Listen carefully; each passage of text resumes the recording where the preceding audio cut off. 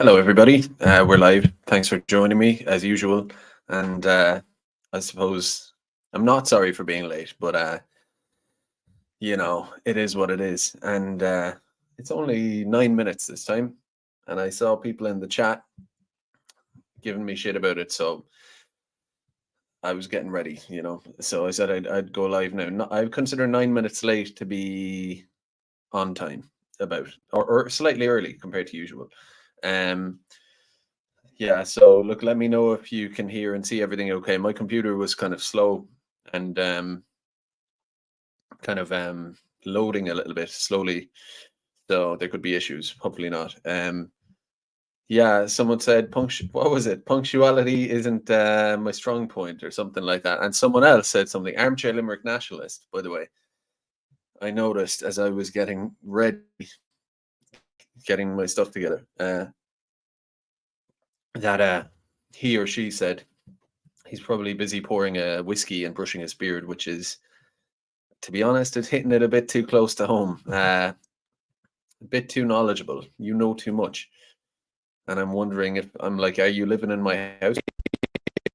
Are you, are you watching me or what? Because, and you're super chatting as well, which I'm very grateful for. So I'm like, I don't know. You know, you know me too well. I suppose I have a little whiskey once in a while when I'm streaming and etc. Anyway, look. So what I want to talk about tonight. Sorry, enough nonsense. What I want to talk about is new polling on immigration in Ireland. Uh, every week we have another poll that comes out, which just basically confirms my biases and my beliefs and all of this. Immigration at record new heights of importance. 80% of people want less immigration, etc., etc. But this new polling, it's a little bit granular, and it reveals certain other things. It's talking about the Rwanda policy and the Irish hard border in the north and all this, which I have my own takes on, but it's kind of interesting. It's worth looking into. Subsequently, I want to talk about Sinn Féin's. This article was a little bit overlooked. I saw Conor Fitzgerald, excellent Substack writer, Twitter poster, and all that, Irish, mentioned it, but I don't think I saw anyone else mentioned it. I'll just give you the headline. Sinn Féin. The headline isn't very flattering for Sinn Féin, but anyway, we'll talk more about it in a while. It says Sinn Féin tell investors they can tame far right movement, which is, they told investors, they told Davy, as stockbrokers, which is quite something, to be honest. Yeah, but just to reiterate what I'm introducing, yeah, apologies for being late. I'm getting to the point where I would much rather go live at 9 o'clock, and then it's a better time to start for me and for you and everybody I know. But so anyway, there's this talk about the Special Criminal Court in Ireland. It's this very murky court. It's basically I would say it's like the deepest form of deep state in Ireland. It's got an interesting history. It's this secret court, with the judges, also the jury, basically. And the Gardaí can give evidence based on their hunch and all sorts of crazy stuff like that.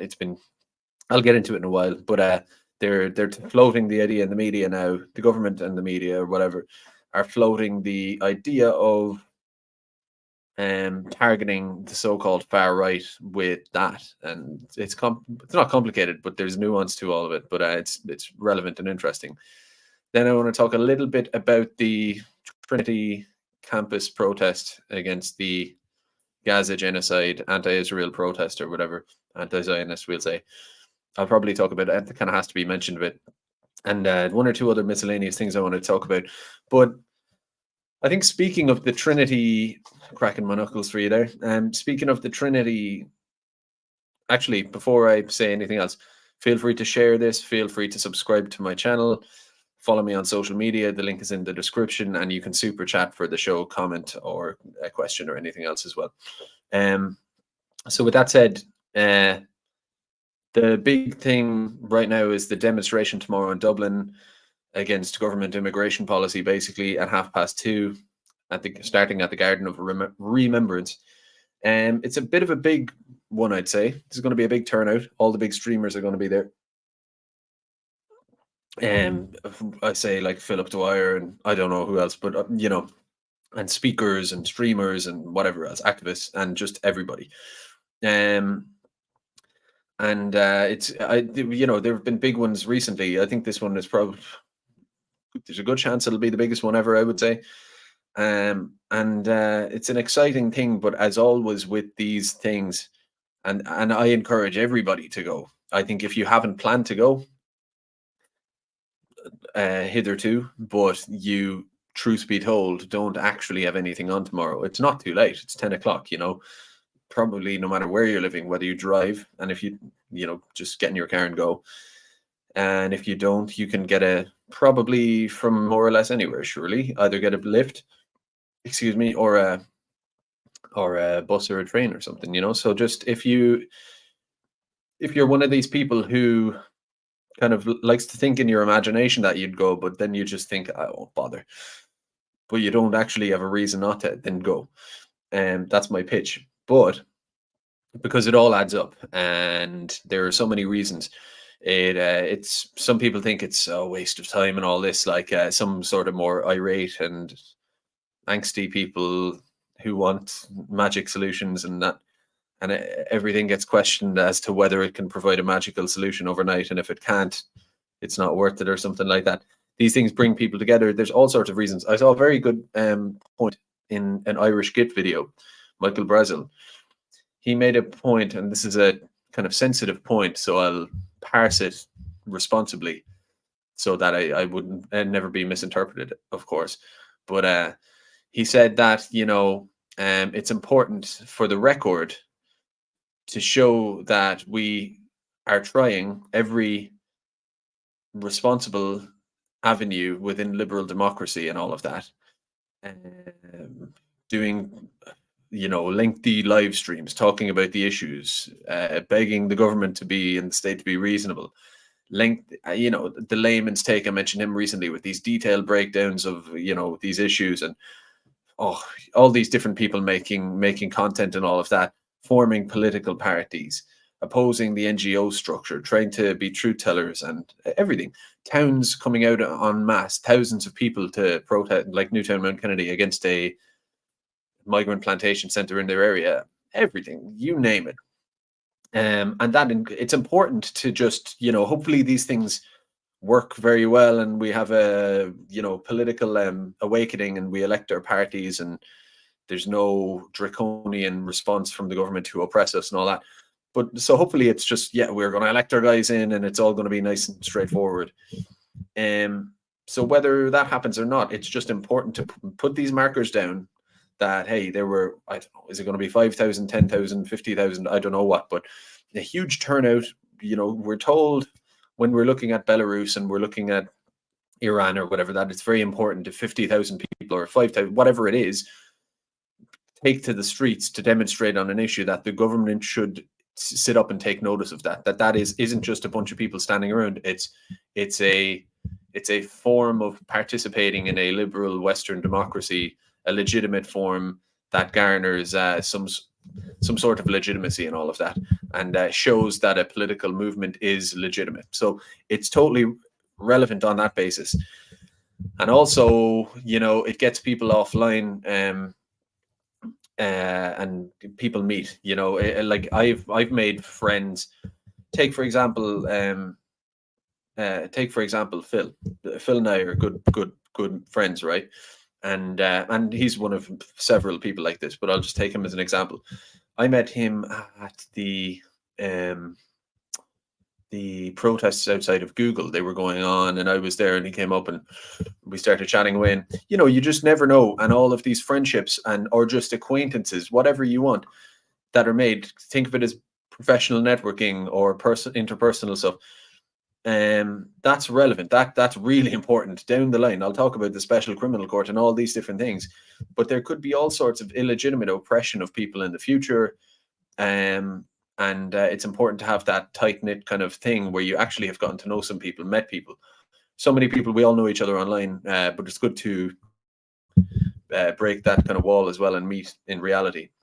And also, not just if we're oppressed and thrown in the gulag, but if we are successful in the future politically, as this thing, amps up politically, which I'll talk about. just it's good to get offline into the real world, and people to know each other, people to have lunch together, which could come off the back of a thing like that in the future. You end up meeting somebody, you find out who lives near you, and all of that. So it's important.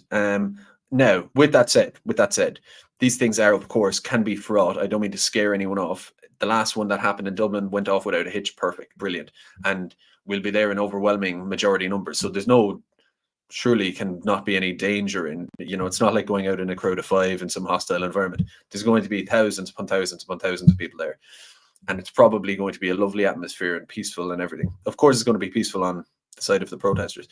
What I'm caveating is that it's important for people there to resist provocations effectively. So there can be little provocations, whether they be from the Gardaí, counter protesters, a small handful. Any little funny business like that should just be avoided. So, there's that frustration there, that when a provocation depends on frustration, and people can be frustrated, and people can, have whatever view they want, but tomorrow is not a frustration outlet. You could say the night in Newtown Mount Kennedy where the people and the riot police pushed back, they were expressing frustration at ill treatment from the guards, and perhaps that was warranted by pushing back and by resisting being moved and all of that stuff. And in a situation like that, look, a lot of people would agree. I think you're within your rights to be very frustrated and express it as such actively on the spot. But tomorrow that's not the goal, that's not the agenda, that's not the desired outcome. The outcome is to effectively, it's not anything more than what it is, I think, which is to start at one location, show up in massive numbers, have a nice time, meet people, listen to some speeches, and go home. And that's it, and on to the next thing, So it's important to keep that the highest priority. And one more caveat as well is that Dublin is a bit of a funny atmosphere at the moment, because you have all of this thing going on tomorrow. Meanwhile, you have this encampment down in Trinity, and I just I really hope that I don't think anybody would be trying to provoke that or go anywhere near that, but I would just implore, because there are going to be perhaps tens of thousands of people in the city, kind of nationalist type of people, I would just say the best thing, even if you're kind of curious, is to just stay away from Trinity. That's its own whole thing. But I would worry that there could be this narrative of like, well, if they can counter protest a demo in Dublin against mass immigration, then why can't people go to Trinity to counter protest? Maybe the narrative could be that these silly, progressive, open borders fanatic Trinity elites are holding our national patrimony hostage in the form of the Book of Kells, and it's our job to, show our displeasure of that or whatever. I'm just I just think that would be nonsense personally. The demo is against government policy, mass immigration, Garden of Remembrance to Custom House. It's not some sort of free for all where it's like people, people splinter off and decide to go down and counter protest the Trinity thing. I would say the same for, and as egregious as it is, and I will show a video about it in a while. I'm very obviously against it, but the refugee tent encampment thing on the canal, if someone wanted to go up there and make a video, or someone wanted to go up there and counter protest it peacefully or something like that, and protest the government or whatever it is, on some random day, that'd be one thing. I can't tell anybody what to do or what not to do, but I would say for tomorrow, you don't want Dublin becoming this sort of little bit of a madhouse where you have this protest on O'Connell Street kind of splintering off, and certain people calling, let's go this way and let's go that way. That kind of stuff. I think I'm just giving you my take. That's what I think would be best, is to just keep it nice and clean, nice and straightforward, and all of that, because there is, of course, a heightened atmosphere in the country across the board now. So I think long story short, if we can just go from Garden of Remembrance to Custom House, do the speeches, everybody has a nice time, meets each other, huge numbers, photos, that can be dined out on for a long time, a huge crowd, which is the point of it, and also to get it on the record and the rest of it. But the success is not just all of us going and doing it, but also to just keep it to just that and resist and ignore any other provocation from the Gardaí or from strange counter activists or any of that. So I don't know. I think point on that, but so I'll kind of get into, and I'm going to go through it faster tonight. I'll try, and I don't feel as rambly tonight, if I'm being honest with you. I feel like talking for sure, but not like having big, massive, from the heart rambles or anything like that. So I'll just kind of go bam, bam, bam from subject to subject here, I think. So, and I'll share screen as well. By the way, feel free to let me know in a chat, super chat, whatever, DM. I don't know, when I share the screen, is it just totally pointless? Like maybe you can't see it at all or whatever. Maybe it is helpful to be able to look at it. But so the poll analysis, let's just go through it. So and I see some super chats there. I'll read them at the end. Thank you very much. So poll analysis, blah blah blah. Right, that's the article. Here's the guts of it. The issue of immigration has once again reached a new height. This is from the Irish Independent, raising by 15 percentage points to 41% of respondents. So housing is still the number one concern. It's dropped a few points. Immigration has gone up 15 points. Healthcare has gone down a few points. Immigration has gone up. So what you see there is the shift between, like, it's not like the people who've stopped caring about housing and stopped caring about healthcare. Those things are getting worse and worse and worse. It's just that there's a greater population realizing that immigration is effectively at the heart of all of those things, which of course it is. And sort of like they're still concerned about housing and healthcare more so probably, but they've realized that immigration is the crux of both issues. Housing is the number one concern, has been for a long time. How could it not? It's just the most primal issue ever. You can't put a roof over your head. But look, I don't think it's biased to say that the housing issue is basically a vote against immigration as well. I mean, they're tied together. Basically, immigration, like in reality, it has become the number one issue. And I titled this stream "Immigration Goes Mainstream" because what I'm seeing every day now is that it's going completely mainstream, and there's so many. That's such a really interesting and consequential thing for more reasons than you might imagine to begin with. Is that like, and I'll get back to the polling in a second, but like every day it's almost exponential. And I know exponential is a technical term for a graphic, or like literally, it's not literally growing exponentially, but figuratively it is. It's the rate of pickup on this every week is enormous. If you look at this chart, I'll make it larger. Come on now. So if you look at this chart, it's you perhaps can't see it very closely, but it shows how immigration in January 1st, 2022. So what was that? Like little over or 2 and a bit years ago, just over 2 years ago, was as a concern, it was, what was it? Like 1%, somewhere there. It's down or close to zero on this graph anyway. Must be 1%. And then it, of course, had a steady rise, peaked up here around the 1st of 2023, and then kind of leveled off, like went down, up and down, up and down. And then it went to November 1st, 2023, which bear in mind was, what's that, 6 months ago now? It went from 15%. So that is a big climb from not too long previous to that. But then the massive rise coming from 6 months ago to now. It went from 15% viewed it as the most important concern or whatever to 41%. So that's, I mean, what's that, a double and a half, something like that. So like it's escalating quickly, and that's a general public polling. And this is massive for me, like not to be self-referential, but I've been into this stuff since 2015, 16, publicly. Sort of made some little videos and stuff in like 2017 and talked about Listun Varna and all that. So it's strange for me to see this happen. But of course it's predictable as well, because the conditions are just so bad. It's so egregious.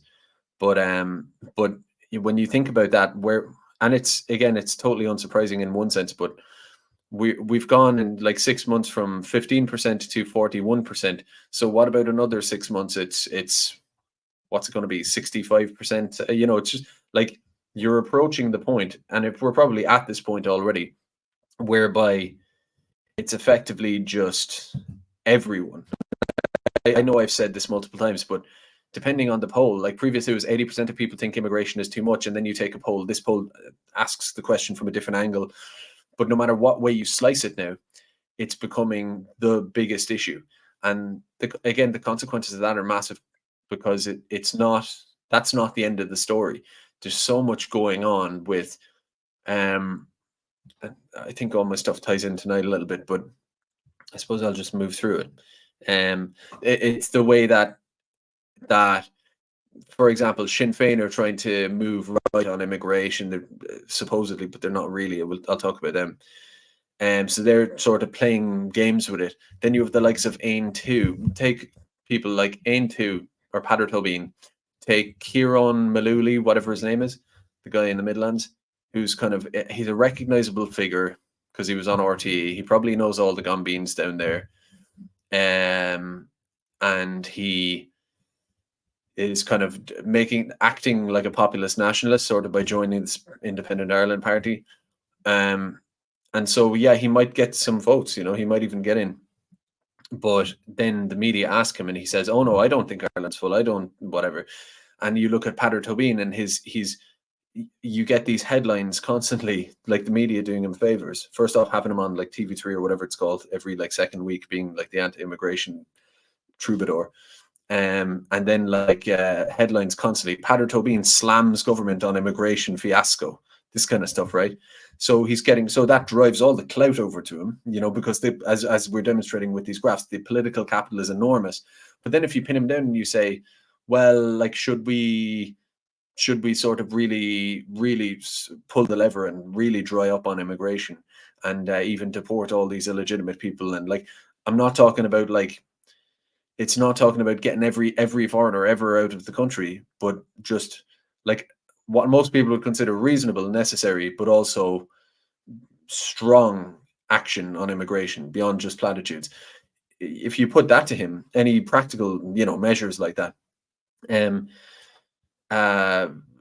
kind of go, no, I just think, like, I've said this before, but he'll say something like, oh no, I just think we should be checking passports when people are coming in, and we should be like regulating it a bit better and get turnarounds faster on people to be accepted or rejected.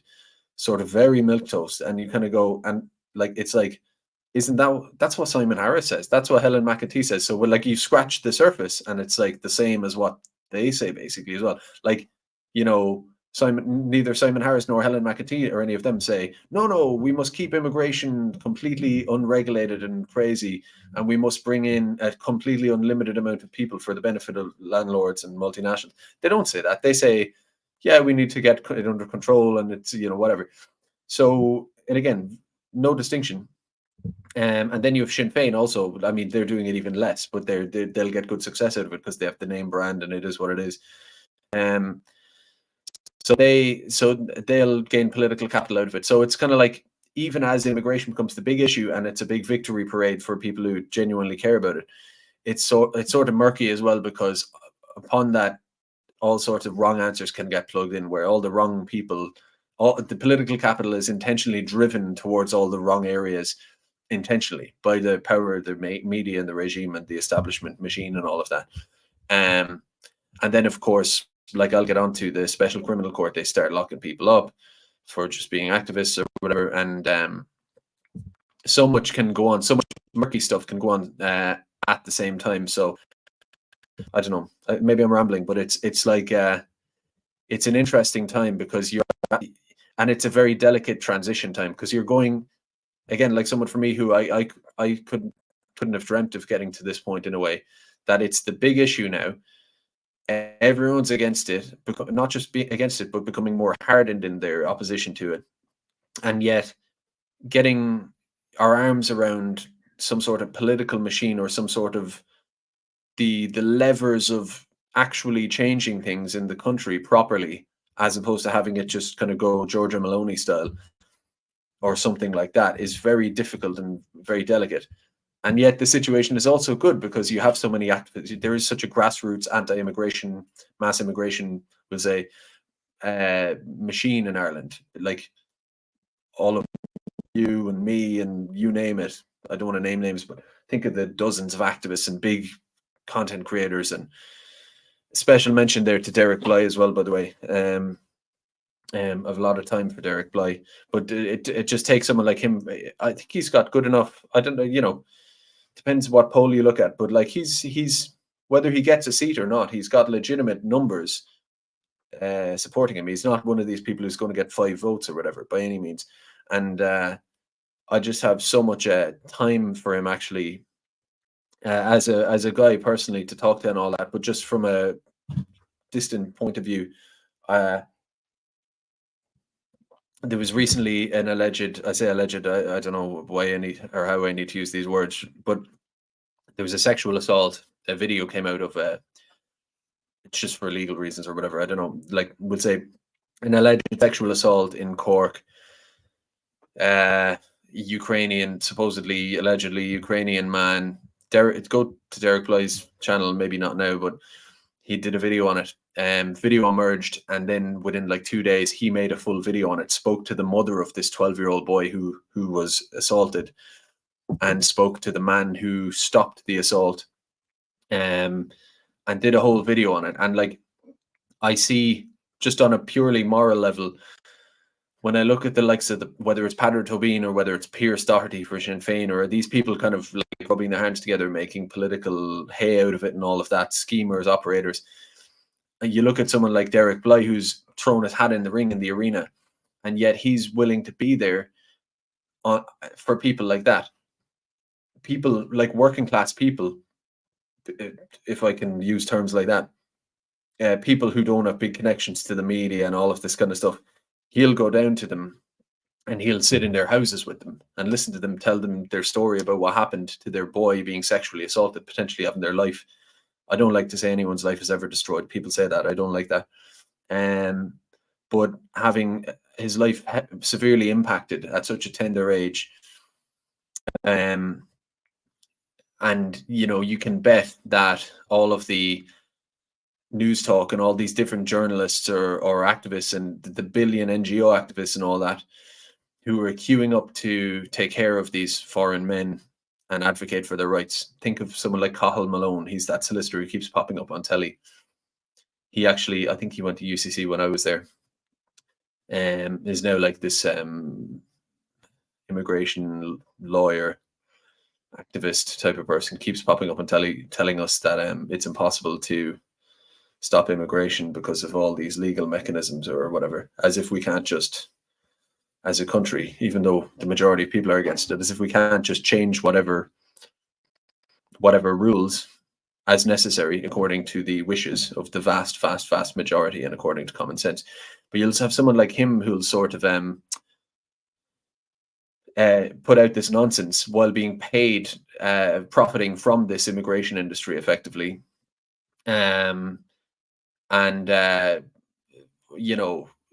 spending all his time advocating for the interests of, and I'll show you a video in a second, of these young men who are taking the absolute piss with this asylum industry in the country and acting like it's some kind of moral crusade. Well, people, and getting on the telly and the rest of it all the time, but people like him and people like whoever else, Rory O'Neill, Colm O'Gorman, is that his name? Colm, that guy, or Pierce Doherty, or Peadar Tóibín, none of them are there in this woman's house up in, I don't know, was it Gronabrough or I think somewhere like that in Cork City, in the house having a cup of tea, speaking to the mother, giving her an outlet so that she can say her piece about what happened to her. Because otherwise it would just be a little footnote in a court. Apparently the alleged perpetrator was released by the guards in 6 hours and nobody cares, swept under the rug. It doesn't fit the narrative of the state with their, the poor migrants or the poor this or the poor that. It doesn't fit that. You're just meat. This boy is just meat for the mill or whatever. It's a bad analogy. Meat for the meat grinder. It is just invisible. And And whereas Derek goes and speaks to them, the other thing he did was, for example, when there was a Ukrainian shop in Cork, I think it was in Merchants Quay, funnily enough as well. There was this shop with free stuff, I think, or charity shops, discounted stuff for Ukrainians only. And of course, a lot of the Ukrainians you see going around the place are mega rich. A lot of them are, let's be honest. A lot of them are rich. Some aren't, but a lot are. A lot are driving around in Porsche Cayennes and all of that with, like, they look like they're head to toe in Brown Thomas, and they're strutting around the place. And they're getting into college with a 3 times higher grant for no apparent reason, regardless of no means test. And they are getting €400,000 modular homes with the heat on full blast and everything comfortable, and the telly. I'm sure if the telly breaks, they could just call their person up and say, "Hey, telly broke. Can I get another one?" They don't have to think, "How am I going to have to pay for another one now?" or whatever it happens to be. And yet they still get to, regardless of all that, someone in this position, wealthy, everything's thrown at them, they can walk into a shop and take this free hat or cheap piece of clothing item, might be very nice, and a poor Irish person who hasn't got a pot to piss in and is suffering and unhealthy, and across all metrics, they deserve it much more than this Ukrainian. But just because of that person's nationality, which is, not Irish, they get to have it for free. There's no rhyme or reason to that, let's be honest. And Derek walked in and said, "Listen, it says this thing is free, so I'm going to take this small little beanie hat." Must have been worth nothing, right? But he's symbolically said he was going to take it, and he ended up getting, as far as I know, raided by the guards, arrested, court, all. I don't know the exact details, but persecuted for that. That's the kind of person who needs to be put to the forefront as we get this polling data, not schemers.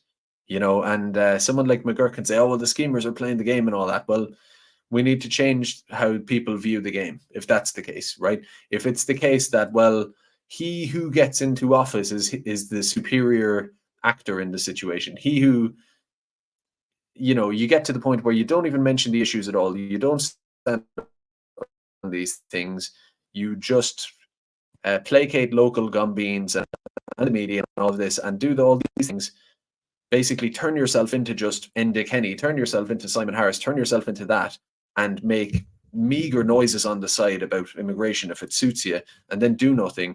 Well, if that's what the Darwinian selection process is for political success in Ireland, it's not that we need to do that, it's that we need to change that dynamic. That's the only way, obviously. Change the dynamic such that someone like Derek Bly is seen by his actions and his deeds.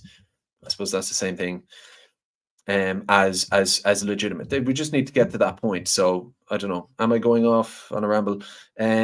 So there's a few more interesting things here, and it speaks to the murkiness of the political uprising against immigration now, because it's not so straightforward. I'm trying to find it now. So there's the EU Migration Pact. Again, I oppose it, but it's not a red herring. It's very important, but it's kind of like, it's a distraction from the central issue, that what we should expect in our country is that our government should take whatever necessary action according to the will and wishes of the people on immigration, or really any issue, whether it's fish, immigration, sugar, whatever, you name it. Just, if the vast majority of the public wants something done, and the government claim to be the governing authority in Ireland, and that's they derive their legitimacy and power from they derive their power from that legitimacy, well, then we must say to them, things like EU migration pacts are sort of irrelevant. I mean, of course you shouldn't be signing that. You certainly shouldn't be advocating our signing of it based on the fact that it's the only way we can deal with immigration. No, it's not. If that's the case, you need to go away. We expect you, if we want you to stop immigration to X extent or whatever, that's your job. It's not the EU's job. It's not anyone else's job. That's your job. And you cannot come back to me and say your hands are tied with this, that, or the other, because that, again, renders you illegitimate. You can't do that. I mean, that whole dynamic is insane. And there's more, so that's the EU Migration Pact. Then there was I might not be able to find, look, this article is kind of long, and maybe it was in another one, but long story short, There was sort of slightly contentious polling. Some people were disputing it, but effectively, there's polling going out now on should speaking of should, I should have it in front of me, but I don't. Should we pursue a Rwanda policy like the UK? And I don't know, X amount of people were in favor of it, whatever. But like, more and more people will get in favor of it, because of course the problem is that when the news comes on the telly box and the radio, and they're sort of co-opting this discussion about immigration, they of course will frame the discussion around something like a Rwanda policy, because that's part of the media political dynamic, is that they enjoy, in the same way as it's much easier to communicate, and no disrespect, right, to anyone, but it's much easier to communicate to like a boomer who's interested in conspiracy theories by disposition. It's much easier to sort of get the broader point through by talking about something like Ireland 2040 or WEF 2027 or whatever it is. Like the idea of a year and a institution or a word before it. These are kind of memes. These have some sort of mimetic power and sort of focus and concentrate the mind in a way. The mainstream media do this with harebrained sort of schemes and flavors of the week, and they focus it all around that for people. And so, yes, we're talking about immigration. Yes, we're discussing the fact that it might be out of control, and there's pressure from one faction of government to another to get it under control, and that centers around something like an Rwanda return policy or a hard border around the 6 counties. And of course, I've spoken about this before too, I suppose, but completely moot. You can't have a border. You can't have a border to keep everyone out. People can come in any way. It's about the pull factors for the migrants here, or the basically what you need to have is get rid of the pull factors and have push factors outward. So to be like, deportation, no free house, no free money, no ability to access certain services like banking and this and that. These things just completely unavailable to you because we're all digital anyway, basically. It would be very easy to just make it so that someone can easily come across the border. They can fly in for a holiday. It's not a fortress. But they come to the office and they say asylum, and they're shrugged at. A picture is taken, their fingerprint is taken, and we say, don't ever come back to this country. We don't take these silly claims, off with you. And if they don't leave, then they're just going to, they're basically not going to be able to survive here at all, because it's like, well, you don't have the access to what you need to survive here. The government could easily do that. They locked down the country for like 2 years and had people not able to go to mass and all this. Easy done. But of course, the media, rather to concentrate people around these things like the Rwanda policy. Have you ever heard anything so ridiculous in your whole life? I don't actually. I haven't looked into it in great detail, but just on the face of it, the idea that, no, we can't just strip these fake asylum seekers of their ability to operate within Ireland. And we can't just say, no, you can't apply for asylum, go away. We can't just do these. That's the obvious thing. That's what China and all these other countries will do. That's probably what would happen if like a random Indonesian went to Ghana. They would just be brought into an office, and people would look at them like they're stupid and be like, what? Either go home now or go to jail. You have two options. That's basically what they would get. And if it turned out that person liked jail more than going home, they'd be like, well, we'll escalate the situation. So let's say make jail less comfortable or whatever. But that's what it would be like if a Ghanaian went to Indonesia and Indonesian went to Ghanaian to apply for asylum. So we could just do that here. But so they tell us that, no, that's impossible. That's just completely impracticable. It's completely harebrained. You could never do that. That's pie in the sky. But what we can do is have some nonsense scheme where you take the people, you process them, you register them, you go through all this bureaucracy, and then what is it even? Someone can tell me if they want to in the chat, if I can try to keep an eye on it, but effectively take that person and redistribute them to Rwanda from Ireland via wherever they came from in the first place. What is that? That's insane. That's why would anyone even be talking about that? So again, it comes back to this thing of people are being polled on the hard border and Rwanda and all this complete nonsense. you need real people who are talking about immigration, who have a record on it, who will just tell the real truth, which is like, no, how do we actually practically, really, genuinely, never mind international so-called fake commitments that we don't even have, like, let's actually really deal with it. Someone like Derek, and whoever else, people who are actually on the ground doing real stuff, not this bread and circuses, this clown show. So, like I say, again, to stick to theme, as the numbers rise and basically everyone's staunchly against immigration, the next step then is to kind of say, well, we don't just let all that energy and all that capital get funneled into things like Rwanda policies and nonsense pundits on the TV and fake politicians and all of that. The next step then is to move the dial on that with our, limited voices, but do what we can. Look how far we've come already. So, speaking of Sinn Féin, yes, they have climbed in the polls for their rightward hardened stance on immigration, but of course, then you look to Sinn Féin, and Ben Scallan's done a great video on this, or a few great videos on this, demonstrating how Sinn Féin go around the place and they talk about how the so-called far right are maligning them by saying that they're open borders. They're sort of trying to malign Sinn Féin, but that's nonsense. We're not open borders, fill in the blank. Here's their excuse. We're not actually open borders. But Ben Scallan's done great stuff to them. He has basically the receipts, all the different times that they've been staunchly open borders and all of this. Even now, a lot of them are. But then out of the other side of the mouth, they put out the mildest platitude about, oh, well, we need to get a reasonable, fair, but efficient system and all this. Come on. And while this is happening, you have Pierce Doherty is... oh, and one more caveat, because it's important.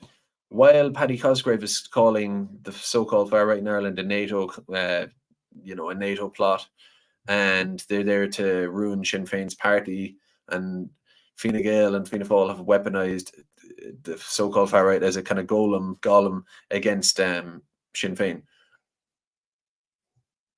Like I always say, it's important, if you're making a critique, to always give the devil its fair dues, right? There's an element to which I expect that the likes of Fine Gael, they just flooded the country, let's say, for the reasons that we know. What's his name? Simon Coveney promising to the lizards over in wherever it is, Bilderberg or whatever, to the likes of Peter Sutherland and all these George Soroses and stuff.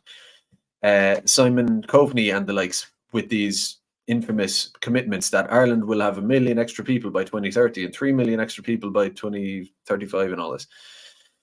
These kind of things. And of course, that lines up perfectly. What we're seeing in reality lines up perfectly with like that larger agenda. We're basically going to juice Ireland's population for this kind of multinational slave system where it's institutional investors and all of that can buy up all these properties, and all the big boys at the top, including local gombines and stuff, take a cut. And they basically buy up all of Ireland's property, all of that. They buy up all the industries, every facet of life. They take ownership of all the capital, and then they flood the place and juice it up with people and reap the rewards. That's one of several reasons why this is happening. Probably the main one, right? It's complicated, but that's one of the big reasons. And so that might be happening anyway, and that's the main reason for it, and that's why Fine Gael fundamentally are doing it. Fine Gael and the rest of them. But there probably is a side element on behalf of the likes of Fine Gael, where they cleverly saw that this, which I saw it too. Of course, it was obvious to anyone with eyes, and I'm sure Sinn Féin even noticed it. But Sinn Féin had courted effectively this kind of liberal establishment. Like we can see here, investors and all that. They'd courted that. They'd tried to normalize themselves, mainstream themselves via effectively selling their soul, let's say. But in order to do that, they had the cleavage that most, the baggage that most of their voter base, their entire base, were sort of a working class, Catholic, obviously nationalist, and with sort of unreconstructed beliefs about the world and all of that, non-liberal, we'll say. And so there's a tension built in there for Sinn Féin with as that's their trajectory for power. There's this inbuilt contradiction. And so Fine Gael, while they're flooding the country anyway with immigrants, you can imagine the likes of Fine Gael being like, well, we have this so-called far-right movement on Sinn Féin's flank, effectively calling it out for the hypocrisy and asking why they aren't the opposition that they, truth be told, should be. They should be the ones who are resisting mass immigration and liberalization and, secularization, all this kind of stuff. Um, and yet they're not. So we have this kind of problem of what we consider the far right, who are very small at the moment. I'm speaking in 2018 terms, let's say. We have this problem that's very small at the moment. They're very marginal and marginalized. And then you have Sinn Féin, who are much less marginal. They've sold out, but they have this contradiction within them. So it's not that we're going to clearly, there's no relationship between the likes of Fine Gael or NATO or any of that and the so-called far right, the anti-immigration movement. I mean, you couldn't find bigger enemies. But you can see how Fine Gael might have recognized, well, we'll just juice up the country, and effectively people know that we're scumbags, so they're not going to look to us to be the savior. They're going to look to Sinn Féin, and Sinn Féin aren't going to be there, and that's going to hit them hard, and we'll just sit back and watch it all play out. And Fine Gael and Fianna Fáil have taken a nosedive in the polls anyway, but they might have looked at it and thought, well, it will somewhat arrest our nosedive. It'll make things thorny. A Sinn Féin who were otherwise ascendant. I do believe that if Sinn Féin had been legitimate on the immigration issue, or even somewhat sincere on it, we would have a one-party 1,000-year Sinn Féin state, But I'm sure Fine Gael and all of them recognised that too, and they saw that this contradiction was inbuilt, and because these Gambine Fine Gaels and stuff are such, they're so unscrupulous that they probably sat back and thought, brilliant. So we're doing this plantation anyway, and let's just let Sinn Féin take the brunt of it, because people would see them as their natural defenders. So they'll actually, even though we're doing it, we're the ones currently doing it, Sinn Féin will be unable to sort of sufficiently denounce it. And so people will be so betrayed by them that it'll stymie their rise. So again, there's an element to which Paddy Cosgrave theory, it's like 2% of his theory has some truth to it, we'll say, put it that way. But at the same time, Sinn Féin are responsible for their own issues. At the end of the day, they should have been the ones to take this issue on, take it on from ages ago, but they didn't. And the thing is, it's not going to. They will become the dominant party in Ireland. I hope all of our good independents get elected and all that, but their time has to cycle through. I can't wait for them. I hope they don't try to dodge it, to be honest. Like they did last time, not putting up enough candidates and all of that. But when there is a general election, I hope they become the dominant party. The more the better, in a sense, because then we will just rinse through Sinn Féin. Because when Sinn Féin are shown for what they are, there's nothing left. They can't dream up another party. Ain2 are not going to become the next Sinn Féin. They never will. They won't. Sinn Féin have this, they've basically been destined for decades to get to this point. And so I think it's better for them to, it's going to happen anyway. They'll just get in and we'll see what they're all about then. But the funny thing is, we don't even really need to see what they're all about, because here we have Pierce Doherty. Oh, by the way, I think this article itself is part of that kind of Fine Gael, Gambine world kind of. I think this article itself is a bit of a hit job on them.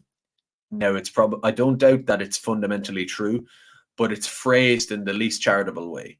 And it does make them look like total pricks and all of that. So when I think of Davy, the investment company, and the Irish Independent and all of that, and their connections to the Fine Gael world of things, the South Dublin kind of world of things, Gambines, you can see, anytime a media puts out an article that puts someone in a bad light, they mean to do it. And but at the same time, I don't think they could get away with putting this to print. And Davy couldn't make the report without it being fundamentally true. So again, the egg remains on Sinn Féin's face here. Sinn Féin have told these investors that they can tame the far right movement. So again, we come back to this tripartite tension between the establishment as it is, Fine Gael, Fianna Fáil, the banks, whatever, then Sinn Féin, who are the alleged rebellious, new opposition who are going to really change things, fix things in their grassroots and all of that. And then you have the so-called far right, which is this completely sort of, it's slightly inchoate, kind of diffuse. It's not like Sinn Féin or Fine Gael. It's diffuse. It's just a movement, as they call it here, so-called far right movement. There's such a weird interplay going on and such dark arts happening. And that's, again, back to my theme of, yes, it's becoming the central issue in Ireland, but there's all these dark arts going on. Politics is not what it seems on the surface. It's not what Patrick Tobin says on the telly. It's not what anyone else says. Like, there's so much going on, so much scheming on a deeper state level going on with this stuff. So you have, on one hand, probably, I'm speculating, but the likes of Fine Gael, Fianna Fáil had this thing of like, oh yeah, we're going to let Sinn Féin eat shit for the immigration thing because people think they should be the ones to fix it, which will kind of save our skins a little bit and cause trouble for them. And it'll also, like, these so-called far rights, it'll take their energy away from, But then on the other hand, Sinn Féin are telling investors who are effectively from the Fine Gael world, those are the people Fine Gael traditionally court, let's say, Sinn Féin are telling them that they can tame the far right. So it's, you see how it's like that Spider-Man meme with like everyone pointing in each direction, right? It's kind of weird, but I'll go into the article. This didn't get enough attention. So Sinn Féin believe they can tame the far right movement. It's a short article, so I'll just read it. Tame the far right movement that has emerged due to record levels of immigration into the country, according to a briefing published by Davy Stockbrokers. The investor memo drafted after a meeting with Sinn Féin's Pierce Doherty described the party's economic approach as more like Tony Blair's New Labour than Jeremy Corbyn's Labour Party. Man, I read it so right. Like, I wrote an article a while back called "International Zionism Declares War on Ireland," and you can read that at some point if you're interested. But I was talking about how basically there's a battle going on for the soul of Irish populism, whether that takes the form of Sinn Féin, for all its faults, or whether it takes the form of others. But there's this Irish populist, largely centered around immigration, but not just that. But there's this populist movement that's sort of emergent and ascendant in Ireland. And there's the question of, will it go down the road of Sinn Féin, for all their faults, will it go down that kind of road where they say F you to the international Zionist, American-led sort of establishment, we'll say. Will they say F you to them, or will they bend the knee on the likes of the IHRA anti-Semitism definition and become, oh, well, we're not challenging the financial elite, we're not, all these different kind of heuristics for whether a populist party, whether left or right, are independent or not. The difference between, say what you want about Pierce Corbyn, I don't really like him, but the difference between someone like him and the difference between a Starmer, the difference between a genuine populist right winger versus a Maloney, let's say. And I was thinking, it's important, as much as I'm not a fan of Sinn Féin, it's important that they don't, you can have Sinn Féin bad as it is, or you can have Sinn Féin that are completely stripped down, whatever remaining energy and reality is left in their party, just completely down on their knees for these big international powers and stuff. And this is just, and at the time, I in that article, I gave them fair choose. I said, well, so far they've kind of held off on it, a little bit. They've been kind of coy on it, and they're not totally buckling. So, and I was criticizing Sinn Féin, but I was just giving them, I was saying that, they haven't gone down, like, there was basically a coup within the Labour Party in Britain, like almost like a bloodless coup in a way, like also kind of dramatic and sudden the way it happened with all this so-called anti-Semitism stuff. This whole coup that happened in UK Labour, or British English Labour, whatever it's called. And I was like, well, so far Sinn Féin haven't been couped necessarily all the way. They're still on that Corbyn side of things a little bit. They're resisting the bending the knee entirely. But here we have Pierce Doherty described the party's economic approach as more like Tony Blair's New Labour than Corbyn's Labour Party. The document detailed a conversation between senior Davy investors and Mr. Doherty, who said the far right is a concern, but, quote, until now it hasn't materialised in a meaningful manner, unquote. Well, that very much is a case of until now, because until now, well, now has happened, and we have moved on. We've moved beyond now. So there's a new now, and now we have materialized in a very meaningful manner. So here we are. But Sinn Féin believes it plays an important role in taming this movement as it provides an alternative viable voice to those disillusioned with the current government. So he's sitting down with these investors saying, don't worry about it. We can sort of make platitudes out of the corner of our mouth, and that'll kind of hypnotize people. And we'll get basically pitching to these investors to say, oh no, I know you think Fine Gael are your guy, but you should actually like rock with us as well, because we have more clout and legitimacy.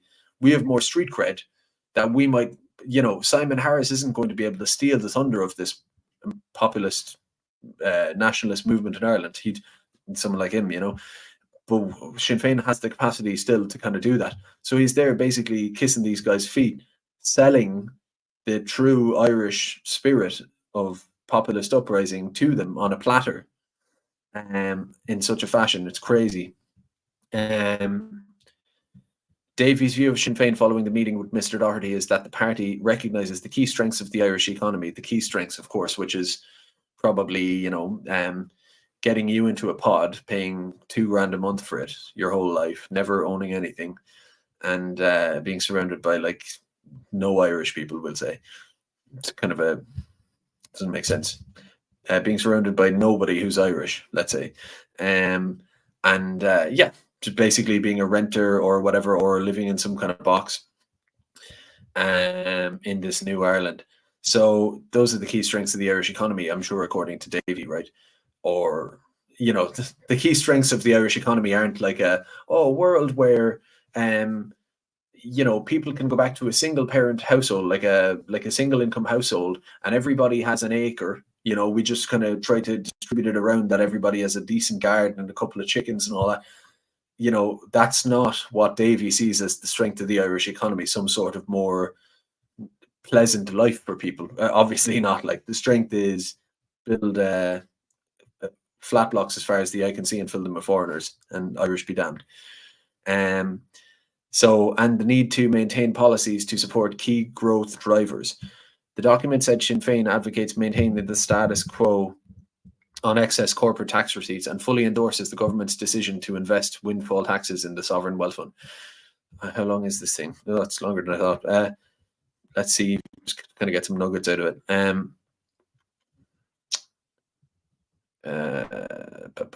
Just basically he's going down the list on like, no, I don't. I basically agree with all the Sinn Féin stuff, or the Fine Gael stuff. Basically, we're like the same. We're like the same, basically, but we can kind of wrangle the people who might be listening to anti-immigration populist so-called far right. We're going to be able to get a handle on that, basically, and it actually shows it's kind of uplifting as well, in a sense, because you have to read between the lines here. Is that he's sitting there talking to effectively the lizard people, right? Metaphorically speaking. He's talking to the man behind the curtain, sort of thing, and they're both talking about the so-called far right in Ireland. That's kind of a good omen in a way, that they're both hashing it out. They wouldn't have been talking about it 10 years ago. They wouldn't have even entered the conversation, right? Whereas now they're saying like, no, our big sell to you, our big pitch is that we can control, and maybe he can't. Maybe, I'm sure he can't. In the long run, he can't, because they'll get elected and be completely discredited. But so we'll, chuck a girl law, quite literally. But, it's a bargaining chip, right? So that's power in a sense. So let's see how it ends. So he goes down that list with all these different points. Oh no, we're not going to change anything. We're business as usual. What else did he say? We've not challenged the EU's case against Apple. So that's basically that. But I thought that was fascinating. So I said I would plow through it, so I'll try to just keep going. This is just I don't know how I'm sure it relates, right, to the general theme, but it's also just a story that popped up in the last couple of days. Ireland's far-right activists face arrest under anti-terror laws. So they're framing this story sorry, they face arrest, but they go into like the special criminal court, which I'll talk about. But they're sort of doing this on the back of protests outside the homes of Roderick O'Gorman and Simon Harris and stuff like that. There's a bit of disagreement among some people lately about the merit of these protests outside politicians' homes. I've consulted people on sort of all ends. That's usually how I like to think about things. I'll think about it for myself, and then I'll consult people, take what they say very seriously, the smart ones, and then I'll have another think about it myself. And kind of I think that's a good way to go about it. But give a lot of credence to what the couple of different people are saying in the meantime. So some people are of the view that, well, no, it's perfectly legitimate. I think Tracy O'Mahony said, oh, well, we were locked up in our homes during COVID and all of that. Make what you will of that, so why shouldn't, and maybe that's not her whole argument. I don't want to misrepresent. That was some of it. Then you had John McGurk said that basically the average Irish person has no time for that at all. It completely alienates, like he says, basically, like people, he effectively said, oh, people talk about controlled opposition a lot, implying probably that, oh, people call me controlled opposition, but I can think of no greater controlled opposition than someone who would do something so detrimental and so unpalatable to the vast majority of normal people. If I were paying someone to be a controlled op, to discredit something, I would plant a load of people outside politicians' homes, which just looks totally naff and unpalatable and nasty. And most people would be against that. And so you take like what a good cause that a lot of people could sympathize with, and you immediately repel them with an act like that. And yeah, so those are some views. And then others say, look, that's a working class sort of energizing thing that some people see that as like, it's just direct, it's like, these are the scumbags who are oppressing us. They give us no other option. So you show up and all this kind of stuff to peacefully protest or make your voice known or whatever it is. And then you had someone like, I mentioned Derek Bly for like the third time tonight. He and others from Fermoy, when they were being effectively bulldozed by this Gombeen who was putting up a plantation centre in Fermoy, and they had every avenue. They had protested in the cold of winter 2023 /24. They had been out, ordinary people out in the cold, freezing themselves half to death to protest this, and foreign security showing up in balaclavas, all sorts of stuff, NGO operatives, the whole lot. Horrible situation. We all know about this stuff, and yet none of it worked. The thing kept proceeding, and so they took the choice to say, look, we're going to go to this Gombeen developer's home, outside his home, peacefully. He made it very clear to start with, we do not, we have no whatever, we are just here with signs to let the world know that this man is doing this, that, and the other. And when I saw that, I thought, it's hard to disagree with that. There's like, even if you agree with someone like McGurk and you say, well, generally speaking, it might be seen as unpalatable or crossing a line or something. But in a situation like that, I find it hard to oppose that, to have it, because it's like, well, your man is making millions from doing this thing that everybody in the country is against. Probably the vast majority of people in the local community are against. Like, what he's doing is legal, but it shouldn't be legal under any common sense view of morality and society. That it should be in reality illegal in the true sense of just human terms. And yet technically, because of the tyranny and the corruption, it's technically legal. But so when you're in that position, what do you do? And someone could, let's say, apply that, say, well, okay, well, if that's your sort of tentative view on that scenario, then what's the difference with the politicians or whatever? And I mean, that's a fair question, and it's a, let's say, a contradiction in a sense for me. I have conflicting views on it, but ultimately, my intuitive feeling on it is that the whole thing of just going to a random politician's house with signs and then going away or whatever, and there being a big, the politician says, oh, I was just giving my kid their hot chocolate and whatever, that kind of stuff. Like, they will ultimately, the politician will milk it for all it's worth, as we see them do every time.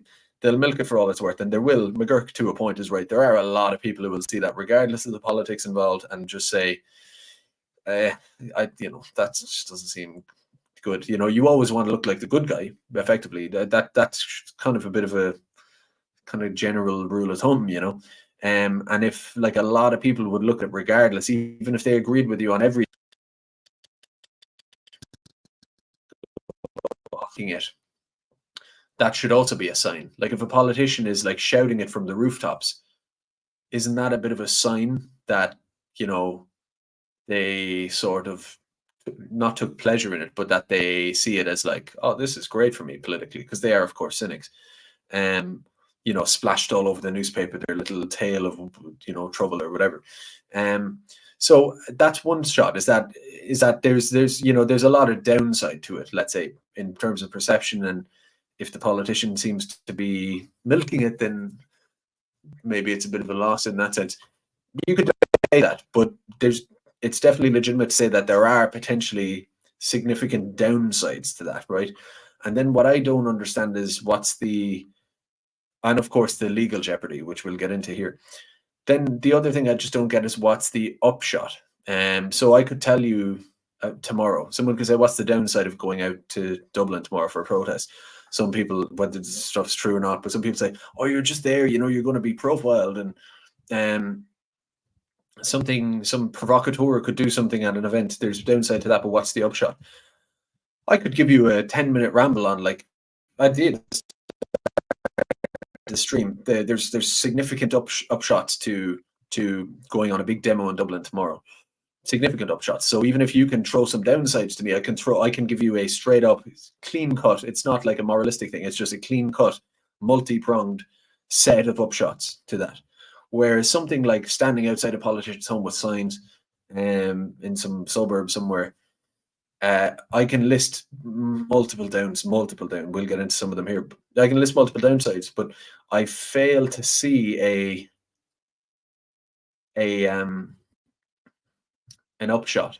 And again, some people are so frustrated that I don't know, they have a different view. They're like, no, I don't know. They're just so frustrated. They want to see everything change straight away or something. An understandable impulse, but it's kind of like, well, you being really frustrated and being like, no, it's not quite going to change it either. You might sort of criticize demos. You might criticize me making the stream. You might criticize that, but there are incremental upshots to it, you know. So whether it's making streams, getting to know people, doing demo stuff like that, there's no immediate benefit, but over the course of years, you can articulate a sort of a trajectory, a gradual change based on all these things put together over time. Whereas I just think standing outside a politician's home, just from a purely selfish perspective, I'm not sure what that gains, but what I am sure about is what it costs, perhaps. And again, here's the other thing as well, by the way. Some people get totally black on these things and like venomous or whatever. There's people out there thinking he's so wrong and whatever. If you disagree with me, you disagree with me. That's fine. People disagree on these. Yeah, people have different intuitive. You could try to persuade me, but like in terms of just getting angry or whatever, it's kind of like, well, like that's don't get angry. Basically, you know, you can have your view if you want to. You can try to persuade me if you want to, or you just agree to disagree. Whatever. That's just my take on it. But regardless, here we have the article. So, my point. The reason I brought that up is because that's sort of informing this new little memo they're putting out to us via the media. And usually this stuff is kind of all bark and no bite, and you know, but maybe in time it'll be real. And they're using these politicians' home protests as sort of the impetus for talking about this, and I'll get into it. So the security services, I'm reading from the Sunday Times here, the security services are preparing to use anti-terrorist legislation to prosecute extremists, just the loaded language, whatever. Anti-terrorist legislation to prosecute extremists for intimidating members of the cabinet and Dáil at their homes and their places of work. The move signals a significant shift in the state's approach to confront the far right and anti-terrorist groups, which are now considered an evolving form of terrorism across Europe and the United States. There are continuing concerns about security arrangements in place to protect cabinet ministers and TDs. How long is this thing? Damn. I'll get to the special criminal court stuff. Yeah, a lot of stuff. Section 7 of the Offences Against the State Act in 1939 protects the cabinet, judiciary, and legislature from acts of intimidation outside normal political protest. Those who breach the legislation face sentences of up to 20 years upon conviction. The legislation also imposes significant sentences on people found guilty of aiding and conspiring to intimidate the cabinet, judges, and legislature, according to TDs.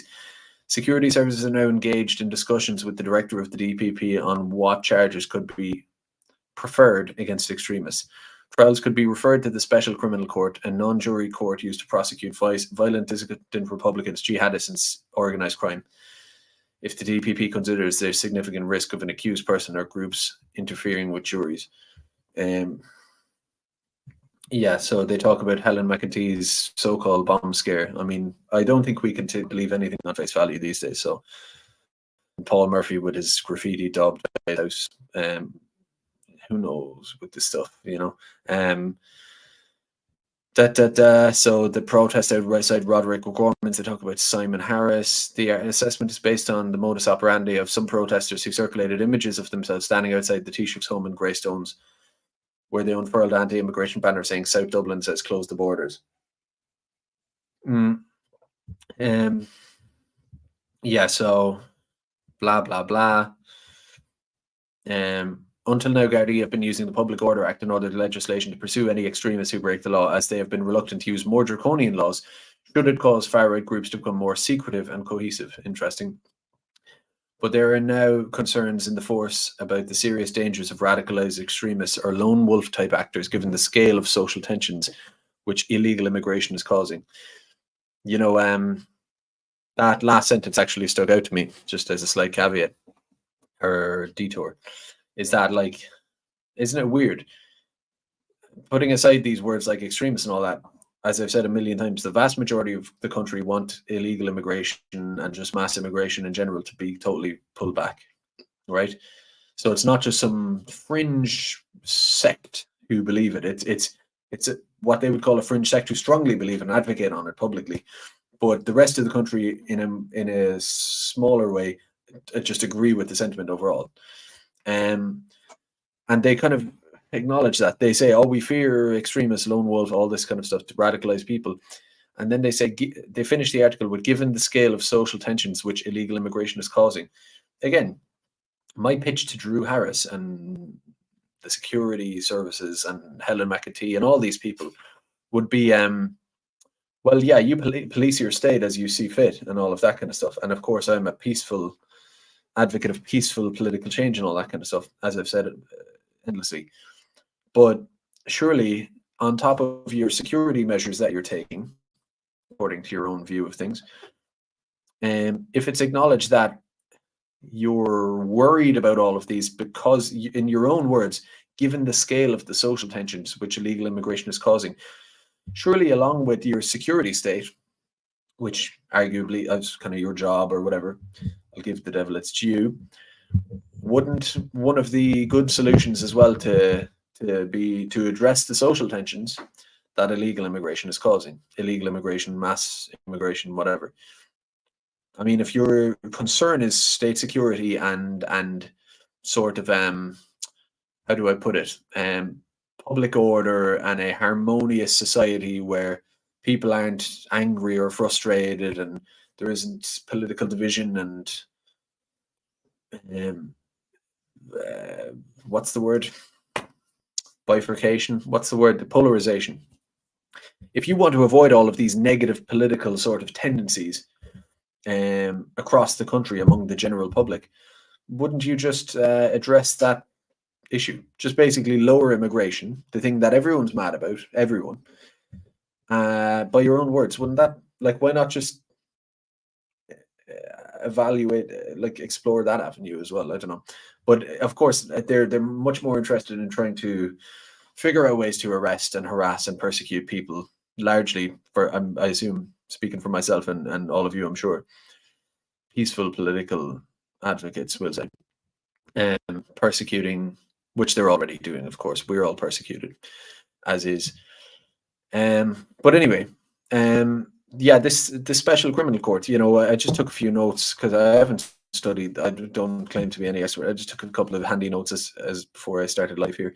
So the Offences Against the State Act came about just before the World War II, after the IRA, Sean Russell's IRA, declared war on Britain during World War II,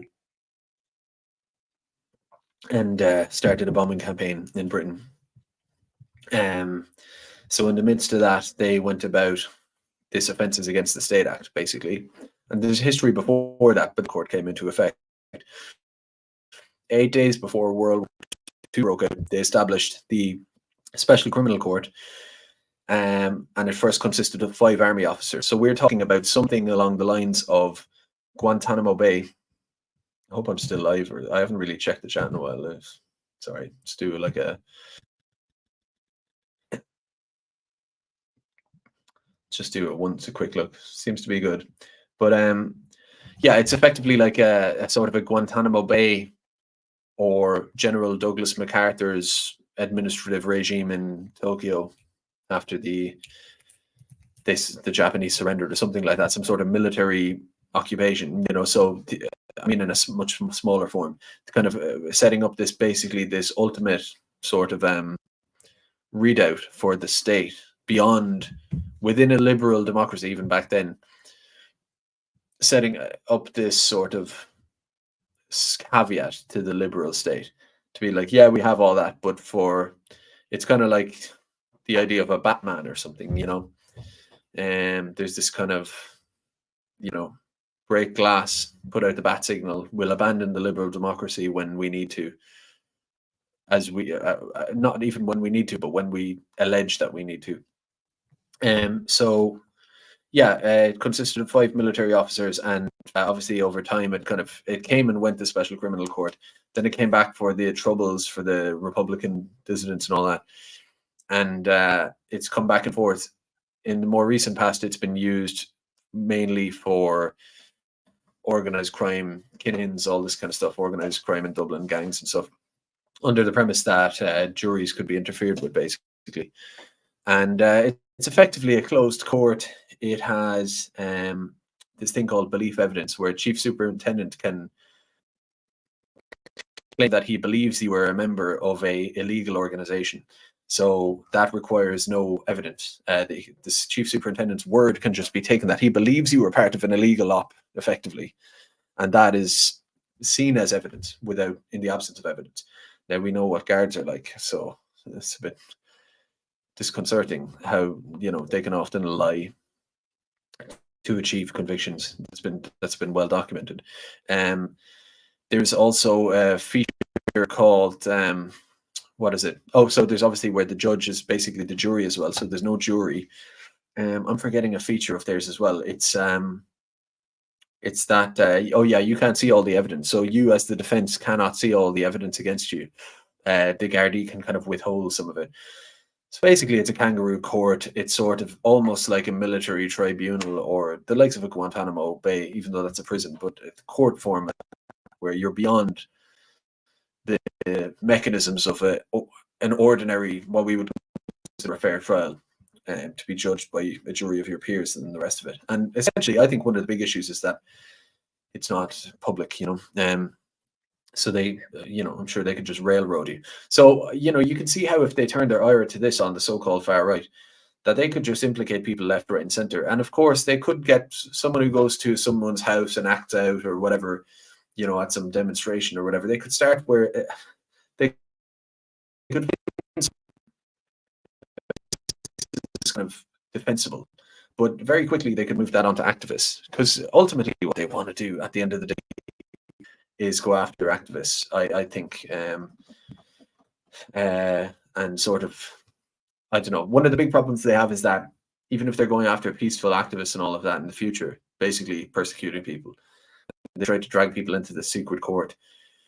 One of the problems is that there is no, largely speaking, there's no group, you know, speaking about peaceful actors here, who they would want to falsely persecute, but there isn't much of a group for them to get their hands around, to be honest, if they want to go down that road. But of course, if you have a chief superintendent who could say, "Oh, this activist here who is an agitator and is, I don't know, was texting someone who was texting someone else, who texted someone else who showed up outside a politician's home, and there's some tenuous connection that we don't really even need to provide evidence for, and we, the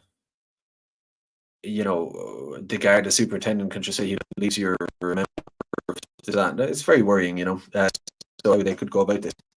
But anyway, they're using these house protests as you know, the the entry point for this. So I don't know. Anyway, so I don't know what it achieves standing around outside a politician's house for 5 minutes necessarily, but I'm no one's master. I don't tell people what, I do what I do. I do live streams and I attend these things, write articles and stuff like that. But you know, like I say, as immigration becomes the big issue in the country, the deep state basically are going to take the gloves off with stuff like this, and sort of go beyond liberal democracy as we know it, and start to use all of these different tactics. They already use a lot of them, but they'll basically create a kind of Guantanamo state for their opponents when they're under threat, legal, a peaceful threat, political threat. That's what they'll do. So I don't know. And I do feel like that's the next round of it. When the history is written in the future about the Special Criminal Court, it'll largely be weaponized against political people, against mass immigration, nationalists in the coming future. So you could start out with the World War II stuff, and then the Republican stuff, and then the drug gangs, and I think this is basically going to be their next big raison d'etre, and it'll be thoroughly misused. So, I mean, there's a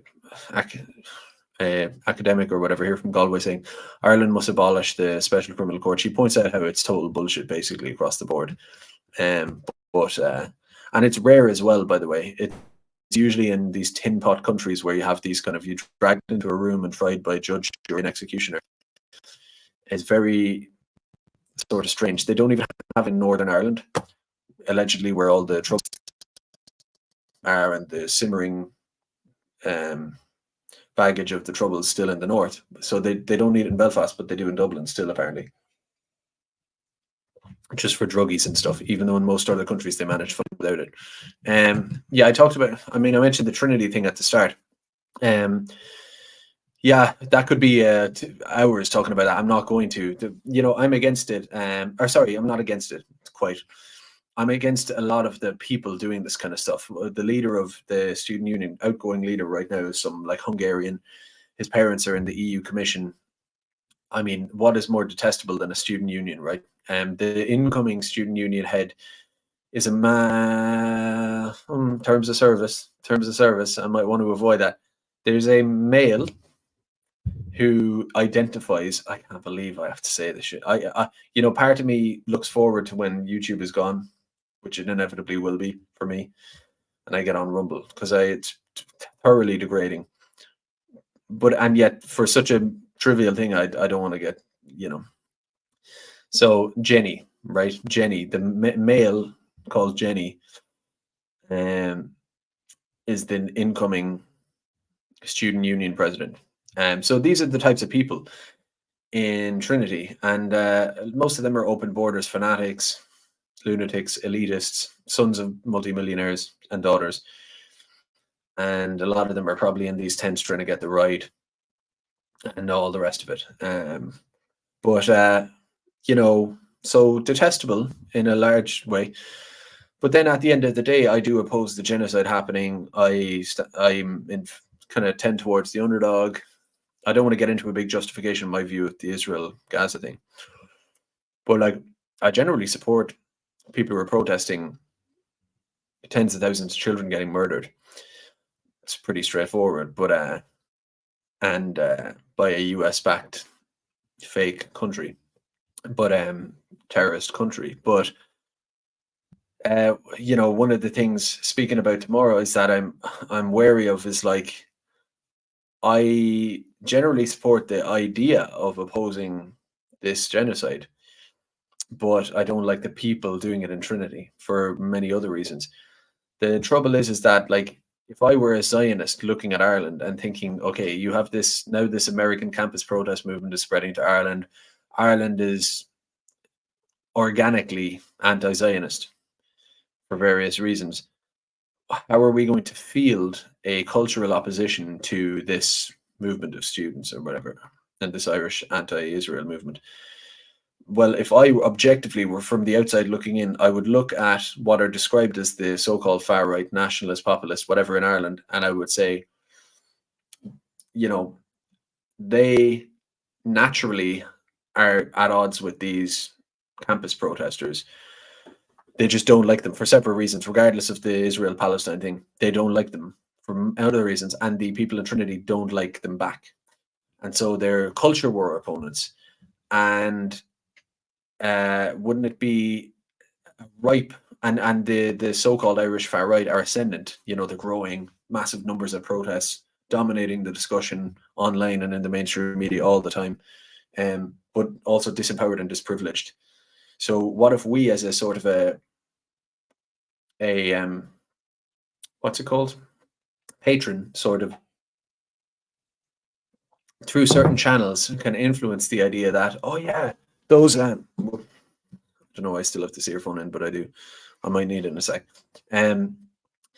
They could, like, if you just were to twist their arm slightly and say, look at these libtards here, blockading your national patrimony, the Book of Kells, which is thoroughly annoying.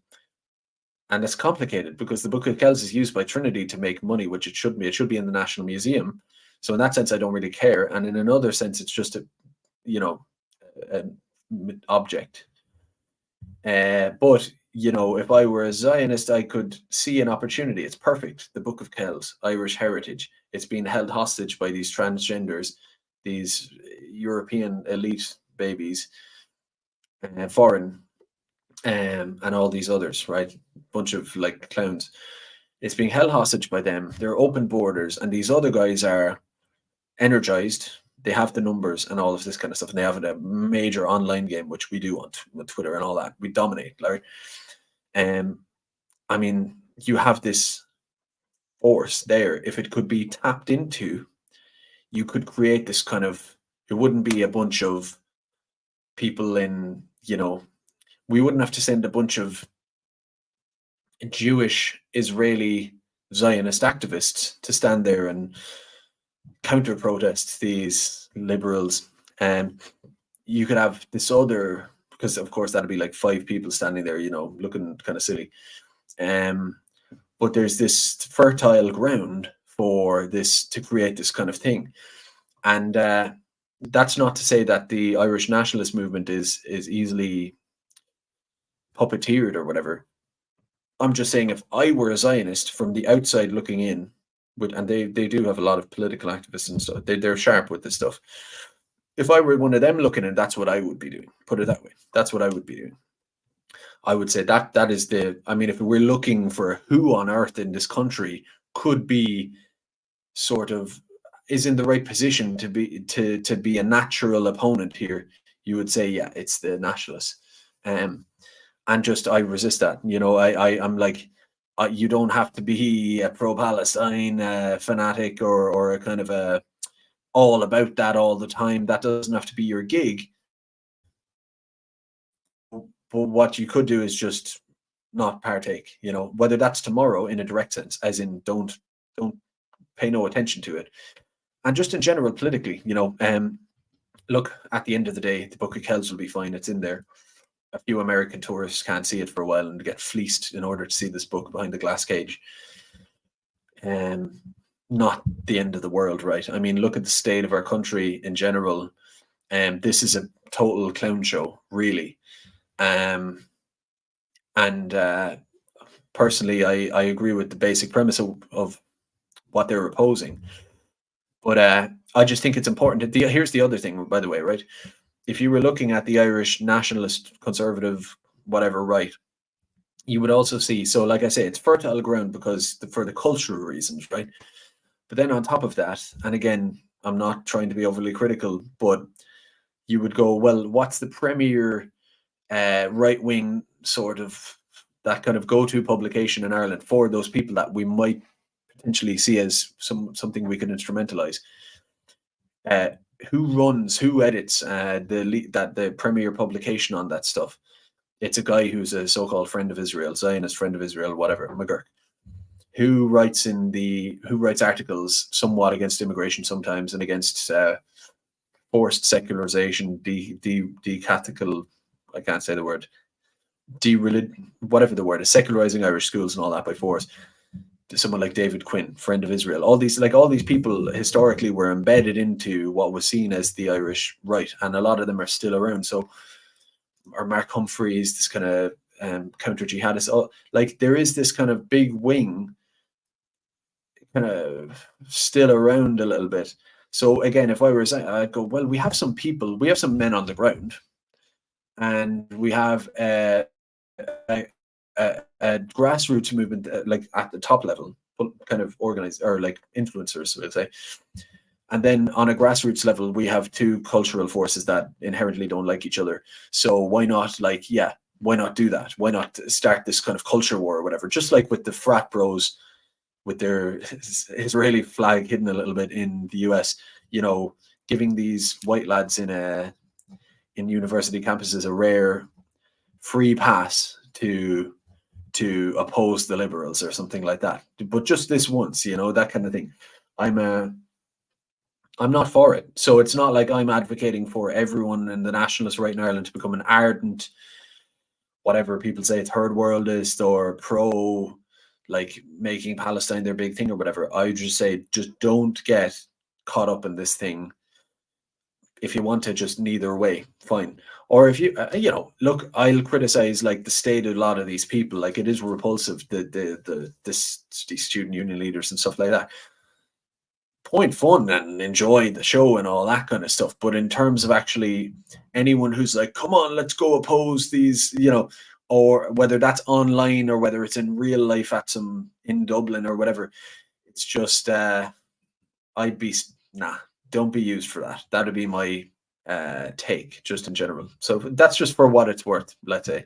Can I do one or two more bits and then I'll leave it there? I just want to, should I make this big? It's a tweet. I'm putting my own tweet up in big font here. I don't know, can you read it? I know I asked, but I couldn't. I get distracted. I didn't see the replies, but I don't need to necessarily show you. But I'll read it to you.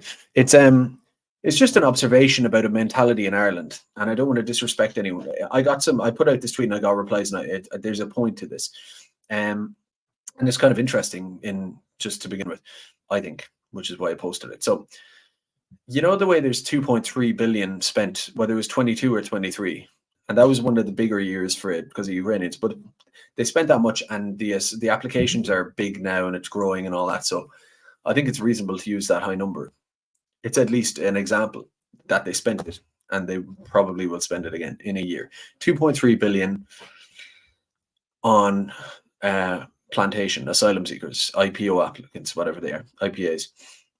And it's one of these things that we should do more often, which is break down the numbers, because you look at something like, I just finished my drink. You look at something like the Ukrainian pets. So they spent 10 million on Ukrainian pets. So that could have been used for X amount of kids with scoliosis or whatever. That's true. You can compare a relatively small amount of money and say, well, it could have been used for this or that thing or whatever.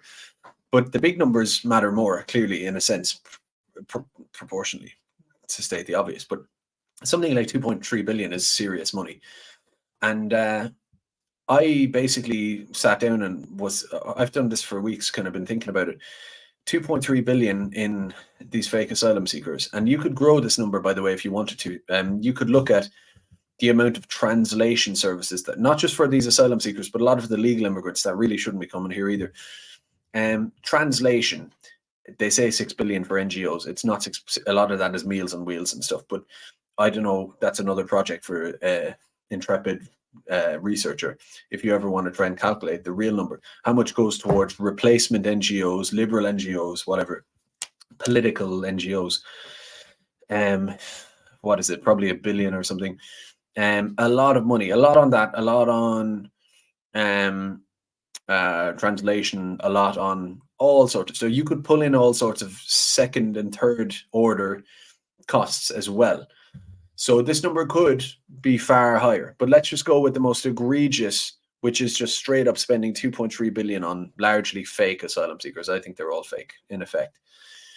2.3 billion on that. That's just a unimpeachably disgraceful category, right? That shouldn't be happening. 2.3 billion. And you break that down and you go, what else could you get with that? How many Mars bars, right? Or whatever. What could you get? And I looked at it this way. I'll just read it to you. I said, for 2.3 billion, the Irish government spend in a year on migrant plantation, aka asylum seekers, they could give €100,000 to 23,000 Irish 30-year-olds annually. Just go with me on it. So they could give 23,000 or 100 grand to 23,000 different Irish 30-year-olds. And the other thing too is that if it was per couple, if you picked it, not 100,000 to 23,000 individuals, but 100,000 to 23,000 couples, and that would be, I suppose logically, that would be 46,000 couples would get it if it was between two people. But anyway, you give it to 23,000 Irish individual 30-year-olds annually, every year. So you give it to the 30-year-olds of the current year, and then the next year, if the government are going to spend that again on asylum spoofers, you'd give it to the people who were previously 29, they've turned 30, now they get their 100 grand, and so on and so on. You could do this, roll this over. And so then I couldn't get an exact number, but I estimated roughly there are around 70 to 80,000 30-year-olds in Ireland. So there's 70 to 80,000, let's say, and you could give it to 23,000. So you're talking, what are you talking there? About a third. You give it to about a third of all 30-year-olds in that year. You just give them 100 grand for that. And then I kind of went on with it to flesh out this kind of thought experiment policy. If you excluded the very wealthy ones, some are just very wealthy, their parents are multimillionaires, or they themselves are in big, huge jobs, they're on hundreds and hundreds and hundreds of thousands every year or whatever, or a mix of both. And basically that if you were to means test them, you'd look at them and say, I could give you the 100 grand, but you definitely don't really need it at all, right? Whether you worked hard or not, you just don't need it, right? Like if I were to give it to you, it wouldn't really change things that much for you, type of thing. Then those already in social housing. So my aim for this €100,000 would be largely that people could get on the ladder and all that. So if you were to also discount people in social housing, because they in effect already have hundreds of thousands already, because they have a house probably worth hundreds of thousands that they just live in virtually for free. So if you were to exclude them and the really rich ones, and then you excluded foreigners too, if you just said you're foreign, whether you're allowed to be here or not, just this €100,000. There's special grants for foreigners, there's special grants for old people, there's special grants for a lot of things, but this one is just for Irish. Thank you very much. No disrespect. So you exclude social housing, people already in social housing, people who are quite rich, and you exclude foreigners, and then you prioritize, maybe not exclusively, but you prioritize people who are married, and you prioritize people with children or who have them on the way or intend to, or something like that. I just then said you'd radically transform the circumstances of an entire generation and rescue a nation from terminal decline. And then I just said instead they're choosing to babysit random foreigners and give money to Banty and Mel Sutcliffe and all these, Gombeen profiteers. But the reason I bring it up is because, like, some people, it's funny that some people, I always go on with the miscellaneous, more trivial stories at the end, don't I? But anyway, so some people replied to me being like one guy said, "What age are you?" As in saying, "Oh, you're 30, so you're looking for it for yourself." Or someone else said, and this is no disrespect to individual posters, I'm just saying. Someone said, why would they have to be 30-year-olds? There are many people in their 40s in the same position and in their mid-20s. You shouldn't make the age distinction because it's unfair. And I just thought, like, it's mad how maybe these people were just making a point, but I think a lot of people's reaction to something like that is to say, well, wait, why should I get it? Why shouldn't I get it? I'm 60 and I don't have a nice garden, or something like that. And like, it's like, well, I'm not 30 either. I made that point because I'm 33. So in theory, with this hypothetical, I wouldn't get it. I intentionally did that because it's like, but it's kind of like, I know I'm responding to random tweets, but it's kind of like it made me think about some of the mentality in the country and just maybe human nature in general. Like if it was put in front of you, right, and let's say you were 32 or you're 62 or whatever, there was someone else was in their 20s saying, "Oh, why should it be 30-year-olds? 20-year-olds are more fertile and all this." And I just thought, okay, it's a thought experiment anyway. But I mean, okay, if you're in your 20s, then all you have to do is just wait till you're 30. You're surely in a better position than a 40-year-old. But anyway, I just thought, why would people? A lot of people would quibble straight away around the edges with like, well, no. What about everyone else? What about if someone's just over the limit for getting it? Like they're just slightly too rich. They worked hard, so with all this kind of stuff. And I thought, well, for one, it's a thought experiment, but for two, like my point is that as it is, it's being given to random Algerians to hang around in hotel rooms watching The Simpsons or whatever, right? That's what it is at the moment. So like it's clearly not so unfair. Like you're not like, running down the street for that. And that's just as is. That's not a thought experiment. That's reality. So like surely you'd look at the idea that you could give €100,000 to every 30-year-old, which is a good ripe age, because they're old enough to be ready for it, but young enough to maybe still be raising a family or intending on having that kind of thing. Like I know that if that were on the table right now and I was just a few years away from it, I wouldn't even question it. It would be like, yes, yes, give that to Irish 30-year-olds or 25-year-olds, whatever it is, even if I don't get it, give it to them versus what it's currently being used for. And just in general, that would be good. That would be a good thing for younger people who are trying to survive in a very hostile environment, uncontroversially. And anyone else who, and again, it's the kind of like if you were to do something like that, people would go livid, right? Like ordinary people would go livid. Why don't I get that or something like that? But then if you ask them about the asylum thing, a lot of people out in the normal world or whatever polite society, well, okay, I won't say anything about that, kind of thing. It's like, so if we were to give something to our own, even if it seemed outlandish, just handing people €100,000 checks, you know, it's something about the intuitive reaction to kind of think, oh, well, why don't I get that? Or "Well, it's not very fair. Or what about the caveats?" And it's like, think about what's currently going on. I mean, and have a bit of imagination and a bit of heart for like what we could actually do with that money for our own people. And it got me to this kind of thought as well. Someone posted about Irish the clannishness recently. I forget the name of the account. It was a very good post. How like we're so clannish, we have our circles of like 100 people, and that's it. And you look after yourself, and you get your own, thing set up at all costs, and the Irish people can be kind of icy with these things. Um, but it's kind of funny, we're in this position, this kind of Mayfainerism, um, kind of got us where we are. It's kind of like even the people who are just looking after from Mayfain, which is understandable now.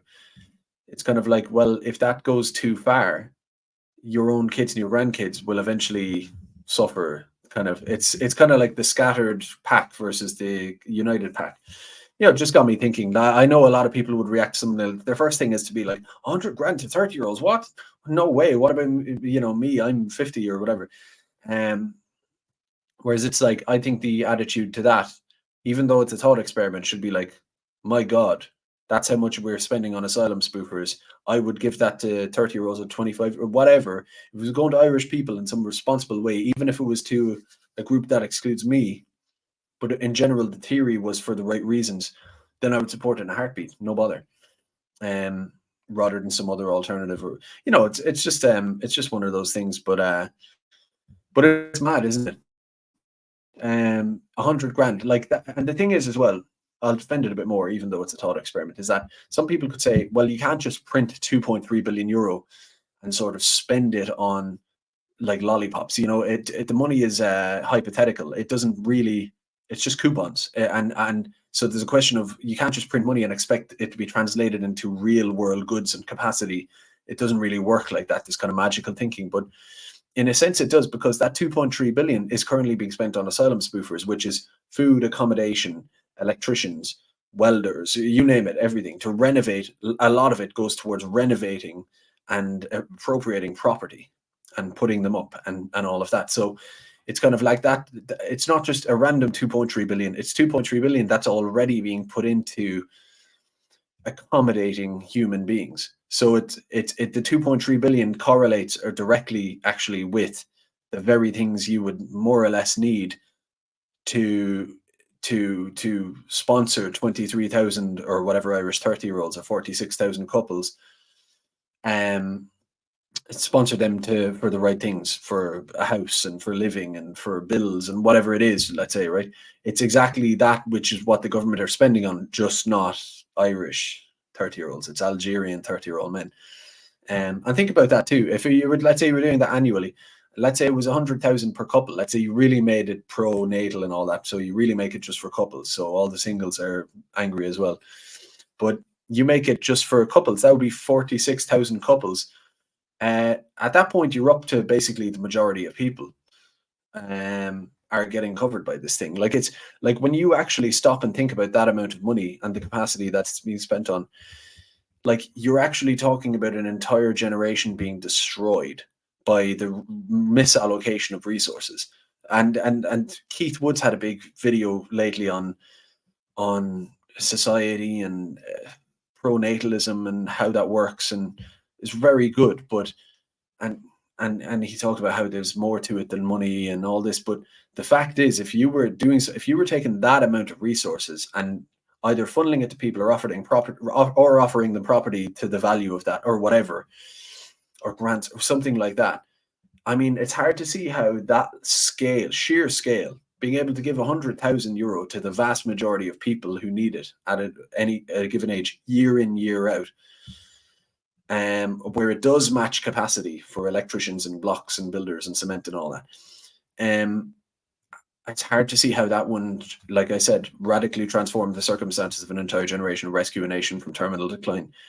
I mean, how could it not? So how many extra Irish couples or people in general wouldn't leave for Australia? I mean, why would you leave for Australia when that's at home for you?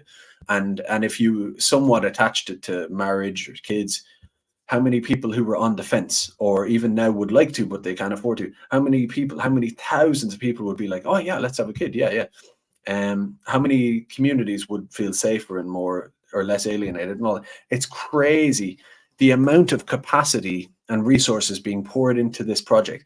Our entire national lifeblood is effectively being poured into this thing of babysitting hundreds of thousands of foreigners, a lot of men, just in general foreigners, which is crazy. That's basically the entire lifeblood that would flow from one generation to another and keep a nation alive is being completely siphoned off, and we're seeing the results. It's mad. But anyway, so one last video. This is quick, and it's just on that theme. So there was a woman today. I think her name is Val. I'm not sure the account or match the face to the name or anything. Sorry, but anyway, it's this Dublin lady. She's walking up and down the asylum seeker encampment, and she talks to a couple of lads from there, and then she meets Kitty Holland. She goes up to Kitty Holland and she says, "Oh, Kitty Holland's this liberal journalist who allegedly told Porky Pies about a previous migrant encampment." It's kind of neither here nor there, because I actually think basically a street activist or like a girl with a phone in Dublin kind of goes up and calls out this liberal journalist, right? And the liberal journalist freezes up and kind of walks away, and that's gas or whatever. But just before that, she's walking past these migrants and she does this thing where she says, "So where are you from?" Or "What are you doing here?" Or something like that, And the lads come out and they say, and I've seen this many times, "Where are you from?" And they do this little grin, cocky as ever, and they do this little grin and say, "Oh, I'm from Ireland," completely taking the piss out of what I believe is an older woman. And it always shocks me, or when they do the little smile, they go, "No English," and they're lying.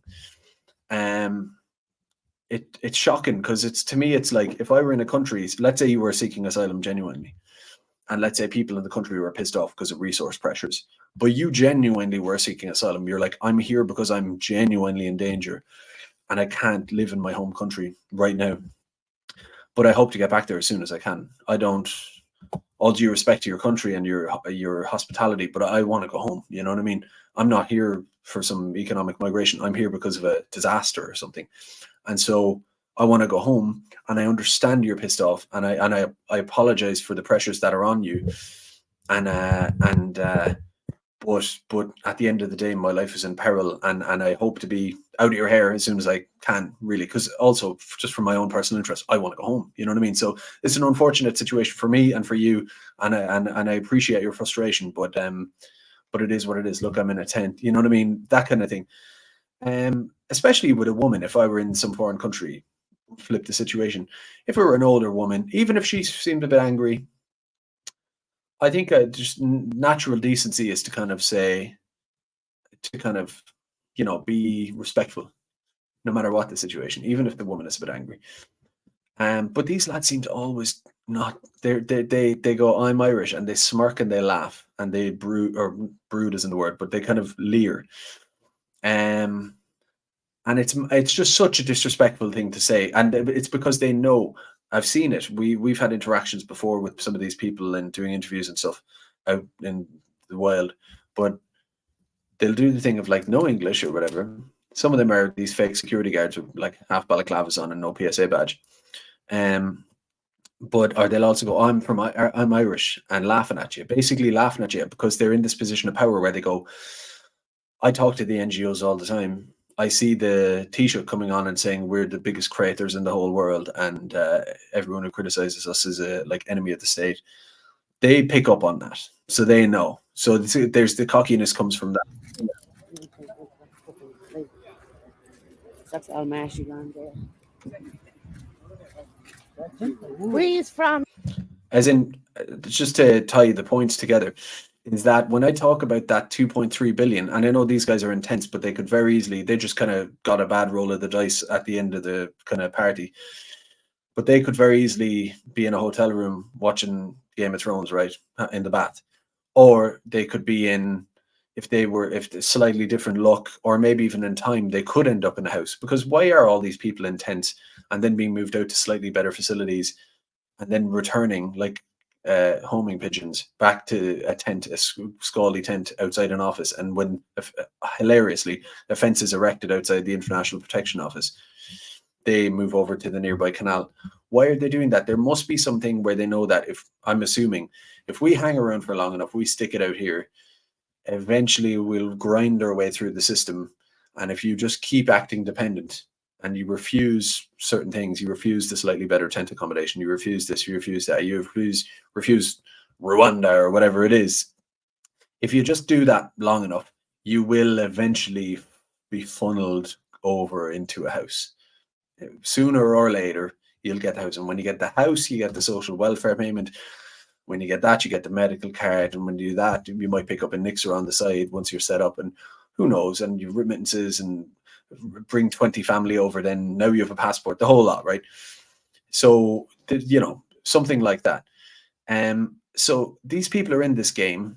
I can't refer to these people specifically for legal reasons, we'll say, right? But I'm talking about these types of people in general are in this game. And I'm talking about 2.3 billion that could be distributed to Irish 30-year-olds or whatever, 100 grand a pop, to totally set up their lives, either in some sort of grant supplement or whatever, or housing assistance. You could rescue an entire generation, all the Irish who leave, all the Irish who were cold in their houses, all the Irish who were living in their mammy's box room, and all of that. They could all be rescued from that, and we could have a normal society where there's kids and families are the bedrock of communities, and everything settles down back into the normalist, back into a bit of the 90s, but with more modern comforts. We could have that good society. And like I said, all that lifeblood, all that economic blood or energy or capacity is being distributed instead to these lads, these type of lads. No camera shy. Are you wanted? Are you on the run in your country? Where are you from? I'm from Ireland. Where? Ireland. Are you Irish? Where's your mammy from? Sorry? Where's your mother from? My mother. From Ireland. Where? Me from Ireland. Ireland? Yeah. You're Me from Irish? Ireland, yes. You are now, are you? Yes, me from Ireland. Now, does that strike you, that fellow there with his hair, right?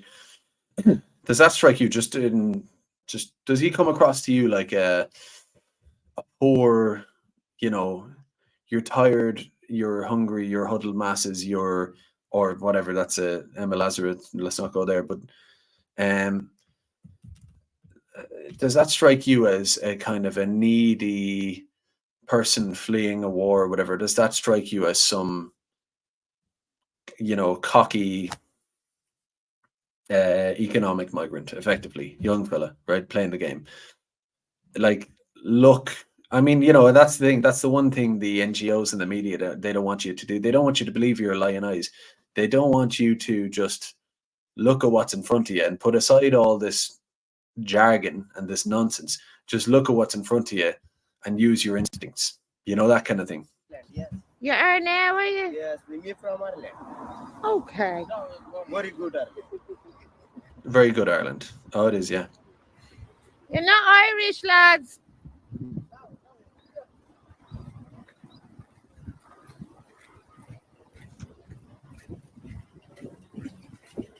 So for what it's worth, I'll just let the video play out because she does confront this liberal journalist, Kitty Holland. I suppose it's kind of funny,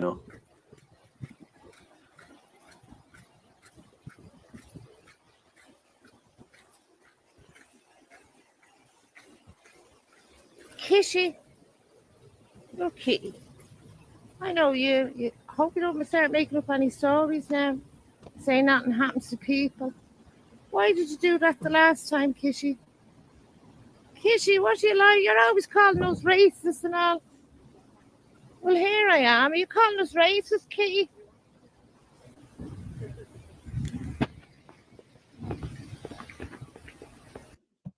So all these journalists hanging around these migrant camps and all this, these various situations, they get access to these asylum centers. Of course, if I, or, even like the grip lads and stuff, you wouldn't get access as a citizen to be able to say, hey, can I go ask a few questions to these guys, like a respectable interview, but I would just want to ask thorough questions. You wouldn't get access, now I know anyone can access the canal, but these guys, she's obviously hanging around there getting her story, talking to her. I don't know, you can imagine finding a Syrian who says, I just want to bake bread for disabled people. And, I always say this, but like, oh, Tato, very nice. Rain, not so good. And, this kind of crap, right? They'll hang around for their story. Oh, Ahmed came from wherever. He fled a terrible war. It's probably a lie. But they, like I talk about, using your intuition to see these lads who are in front of you, and anyone who's common sense can look at it and know what's going on straight away, right? And her and this other, her little guy there with her, these people are probably wealthy. They're part of this inner circle, this kind of chattering class and all that. So they return for like a Merlot and, sit around and have charcuterie in the evening in some house in South Dublin, let's say, these types of people. And then they'll come up here and spin all these yarns, and they'll see this. They're seeing it closer than I've seen it, or you've, assuming you have seen it. They see the amount of bullshit. They see the lads standing around smoking fags and talking about, oh, I'm going to get, they probably hear on the side someone talking about, hey, we're going to get ficky and go jiggy jiggy, They hear all this sordid and the whatever, and guys talking about going, in future I get house and I get house, I have good time and all this. They see all that, of course, because they're there, and they'll just completely put that out. If they had any decency, they would just say what we're saying and just say, listen, this is fucking mad. But they don't. They will see all that, and then they'll write the story, this fake story. So for this woman, Val, here, to see them kind of lurking around is so sordid, That's what these journalists are like in the flesh, horrible, nasty looking. But anyway, so that's that. But I'm going to leave it there. I'll read the super chats now and get to bed because a big day in Dublin tomorrow, guys. So Kevin gives €23.99. Thank you very much, and says thanks for all you do. Thank you very much, Kevin. Mr. Daly gives €50. Wow, that's a lot. Thank you very much. Appreciate it, whatever it is, but sound. And says no comment at all. Okay. Well, thank you very much anyway. Imperator Scrot gets me every time. Imperator Scrotarum. that name's getting me. €2.49. Thank you. And to see you all in town tomorrow. See you there. And again, anybody else who's on the fence or just feeling a bit lazy and you're going to watch the stream, just go. Just get in the car, get in the train, get in the bus. Just go. You know what I mean? You can go. Like, it'll be better. And Armchair Limerick Nationalist gives €5 onto the sound. Thanks very much. Thanks everybody for that. And I'll be live streaming. But you know what? Last time Phil was live streaming on Twitter, and he gets big numbers, and he's like a great streamer. I can't. He does all the interactions and stuff. He's really good at it. So I wouldn't like compete with that. And it was funny. The last time I was at a protest in Dublin, I was streaming, and the numbers were way lower than usual. I was like, "What's this? This is weird." Okay, whatever. And then I was chatting to Keith Woods afterwards on the day, and we were chatting when he just mentioned, "Oh, I was streaming away, got mad numbers or whatever." I was like raging because he's got a big channel and whatever. But it's that kind of thing. So it's almost like if a lot of big streamers on all platforms are streaming and they've got big streams going on and stuff, I almost kind of don't see the point in doing it in a way. I don't know.